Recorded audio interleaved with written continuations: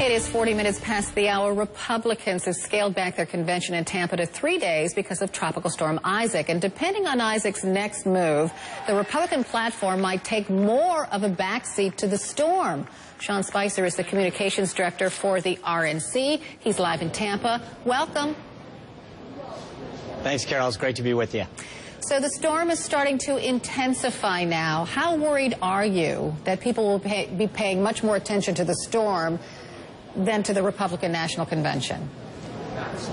Well, obviously, our number one concern right now is for anyone who may be affected by the storm, and we're going to be keeping an eye on that and tracking it as it goes forward.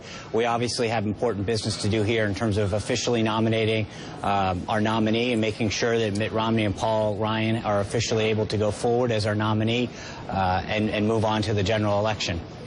Is there a plan B? I mean, if the storm becomes ferocious, is there a plan B? Might you change your schedule even more?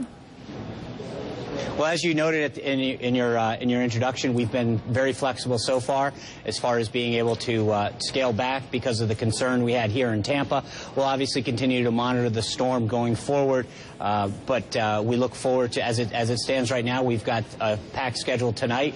We'll start this afternoon at 2 o'clock with the official business of the convention so that we can get that out of the way. And then we've got a great lineup tonight, including Governor Chris Christie and Ann Romney. Chris Christie is expected to speak in prime time, 10 p.m. Eastern, correct? I mean, the storm is probably going to grow stronger by then. Is there any plan for Chris Christie to perhaps tone things down a bit, because we know what his tendencies are, and a lot of people enjoy them, but a storm will be taking place, you know, along the Gulf Coast? Well, I think Governor Christie is going to deliver a great speech tonight, and then Mrs. Romney will follow that. So again, all I can tell you is that we're going to continue to monitor the storm, continue to watch to make sure that that if anyone's affected, that we take appropriate steps in terms of our messaging. But Governor Christie is going to deliver a great understanding of who Mitt Romney is and why he needs to become the next president. And then Mrs. Romney, I think, is going to give us an understanding of the man who behind this, behind Mitt Romney, the husband, the father, the type of person that goes out and has been helping people throughout his entire life.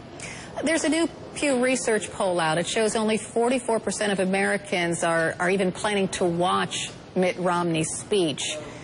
Does that concern you? Well, until we see the numbers, I think we'll see what they are. But again, I think we've got an electorate right now where a lot of people have made up their mind one way or the other. We're hoping to continue to reach out to folks who maybe haven't focused on the election so far to give them an understanding of our team, what we call the comeback team, and their vision for America, how they're going to help the economy turn around and put people back to work. So, you know, in terms of who the audience is, we'll have to look at those demographics afterwards. But I hope that people who haven't had a chance to understand the governor or see him beyond maybe a 30-second ad here or there, or have seen just the attack ads from the Obama campaign, will have an opportunity to hear folks who know him well, and hopefully himself on Thursday night, when he gets to elaborate more on who he is, the vision he has for this country, the plan that he has to turn the economy around, to deal with energy independence. And so all of that is an opportunity for those people who may not be following the day-to-day tick-tock of this cycle. Sean Spicer, thanks so much for joining us this morning. Thanks, Carol. We'll be back with